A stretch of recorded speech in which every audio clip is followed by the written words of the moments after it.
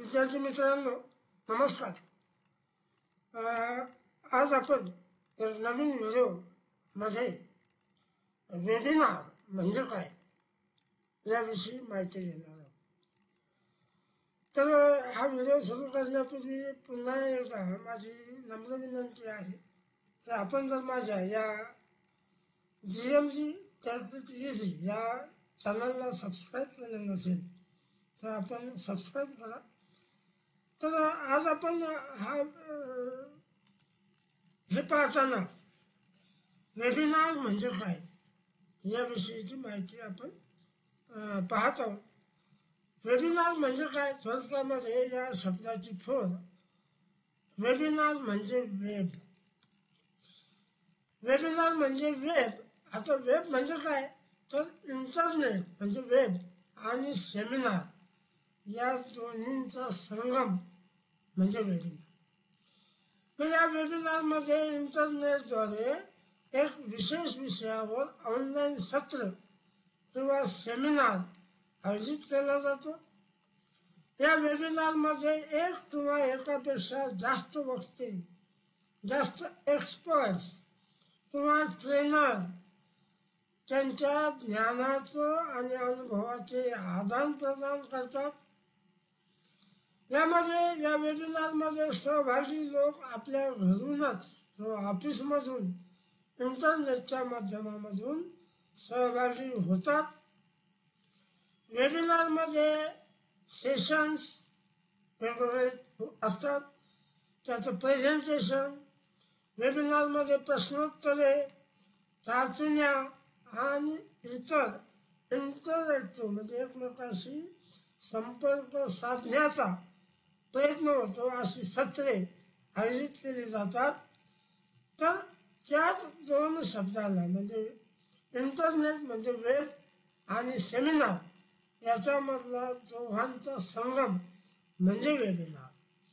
तर या वेबिनारचे वैशिष्ट्य काय, तर पहिलं वैशिष्ट्य आहे ते म्हणजे ऑनलाईन सत्र. वेबिनार म्हणजे एक पूर्णपणे ऑनलाईन सत्र असते ज्यामध्ये सहभागी लोक एकाच वेळी विविध ठिकाणाहून सत्रात सहभागी होतात. दुसरं वैशिष्ट्य आहे ते म्हणजे या वेबिनारचं इंटरॅक्टिव्ह फीचर असतं. म्हणजे वेबिनारमध्ये सहभागी लोक थेट एकमेकांना प्रश्न विचारू शकतात, चाचण्यामध्ये सहभागी होऊ शकतात आणि इतरांना विचारलेल्या प्रश्नांची उत्तरं देऊ शकतात. म्हणजे यामुळं हा जो वेबिनार आहे तो अधिक संवादात्मक बनतो. म्हणजे इंटरॅक्टिव्ह फीचर या वेबिनारमध्ये आहे. त्यानंतर या वेबिनारचं पुढचं वैशिष्ट्य सांगता येईल वक्ते किंवा प्रशिक्षकांची उपस्थिती. या वेबिनारमध्ये एक किंवा अधिक प्रशिक्षक असू शकतात, एक किंवा एकपेक्षा जास्त तज्ज्ञ असू शकतात, एक किंवा एकपेक्षा जास्त वक्ते असू शकतात. हे आपल्याला त्याची माहिती देतात. त्यांचं प्रेझेंटेशन आपण पाहू शकतो, त्यांच्या स्लाईड आपण पाहू शकतो, त्यांनी तयार केलेले व्हिडिओ आपण पाहू शकतो किंवा त्यांनी तयार केलेले इतर जे मटेरियल आहे, संसाधन आहे, त्याचा वापर करून हे वक्ते किंवा हे प्रशिक्षक किंवा हे वेबिनार देणारे तज्ज्ञ त्यामध्ये उपस्थिती असते.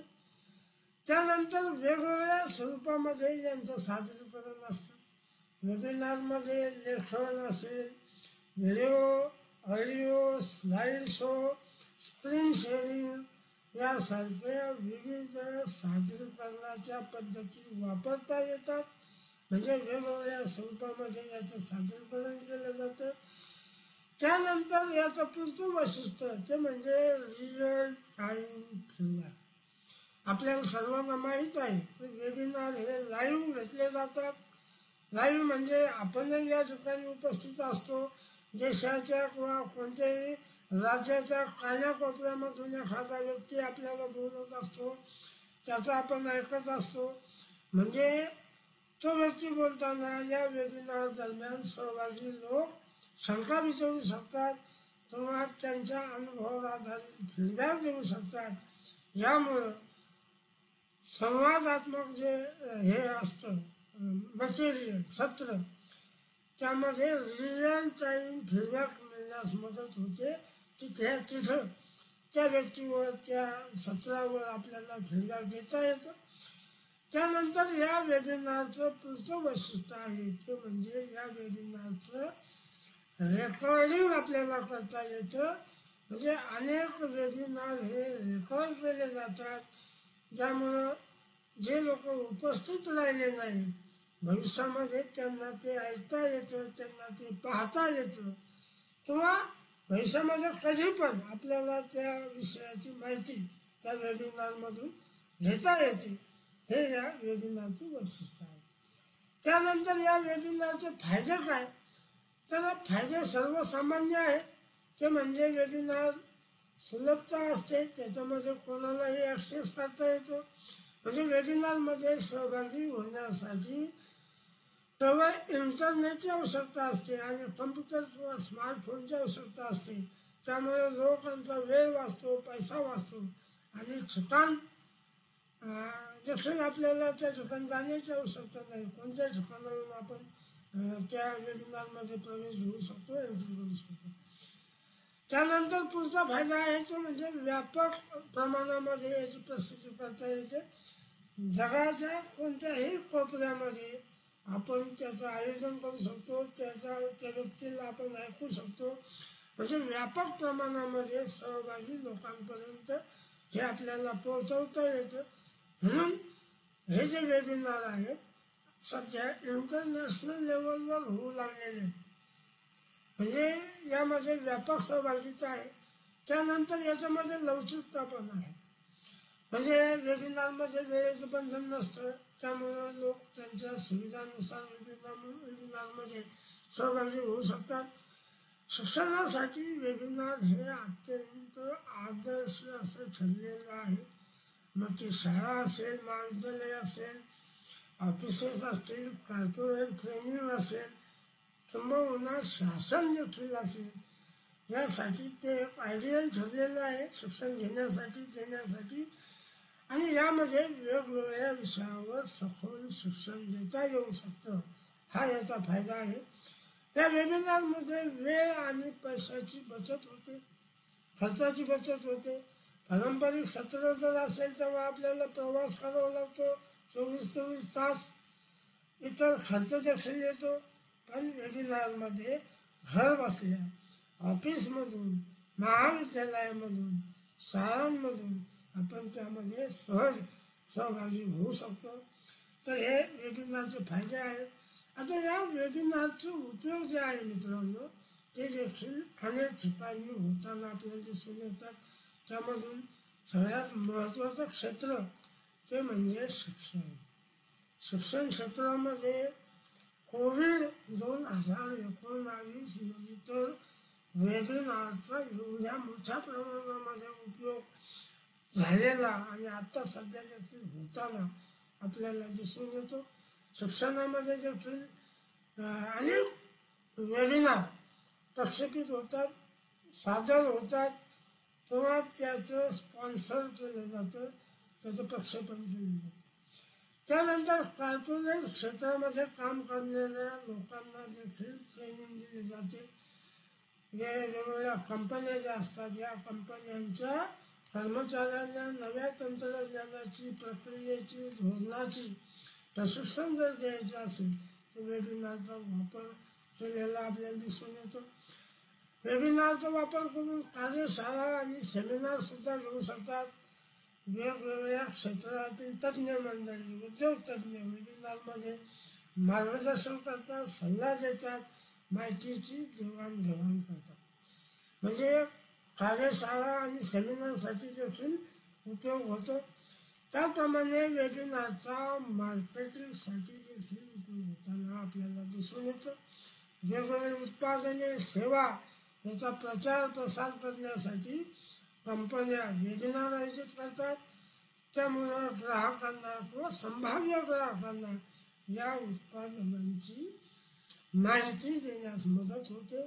म्हणजे कमीत कमी वेळामध्ये जास्तीत जास्त लोकांमध्ये पोहोचता येतं आणि त्याचप्रमाणे वेबिनारचा उपयोग आंतरराष्ट्रीय संवाद साधण्यासाठी होताना आपल्याला दिसून येतो. वेबिनारचा वापर वेगवेगळ्या देशातील लोकांमध्ये संवाद साधण्यासाठी केला जातो. त्यामुळे जागतिक स्तरावर विचारांची देवाणघेवाण होते. भारतातल्या एखाद्या व्यक्तीला अमेरिकेमध्ये जाण्याची गरज नाही किंवा अमेरिकेच्या एखाद्या व्यक्तीला दक्षिण आफ्रिकेमध्ये जाण्याची गरज नाही. घर बसल्या ऑफिसमधून आपण हे वेबिनारचं आयोजन करू शकतो, विचारांची आपली देवाणघेवाण करू शकतो. अशा पद्धतीनं वेबिनारचे उपयोग आहे. मग या वेबिनारचे उपयोग करणारे जे प्लॅटफॉर्म्स आहेत, अनेक प्लॅटफॉर्म्स आहेत. त्यापैकी महत्त्वाचे प्लॅटफॉर्म्स आहेत ते म्हणजे झूम. झूम हे अत्यंत कमी अवधीमध्ये पॅन्डेमिक नंतर प्रसिद्ध झालेलं ऑनलाईन वेबिनार प्लॅटफॉर्म आहे.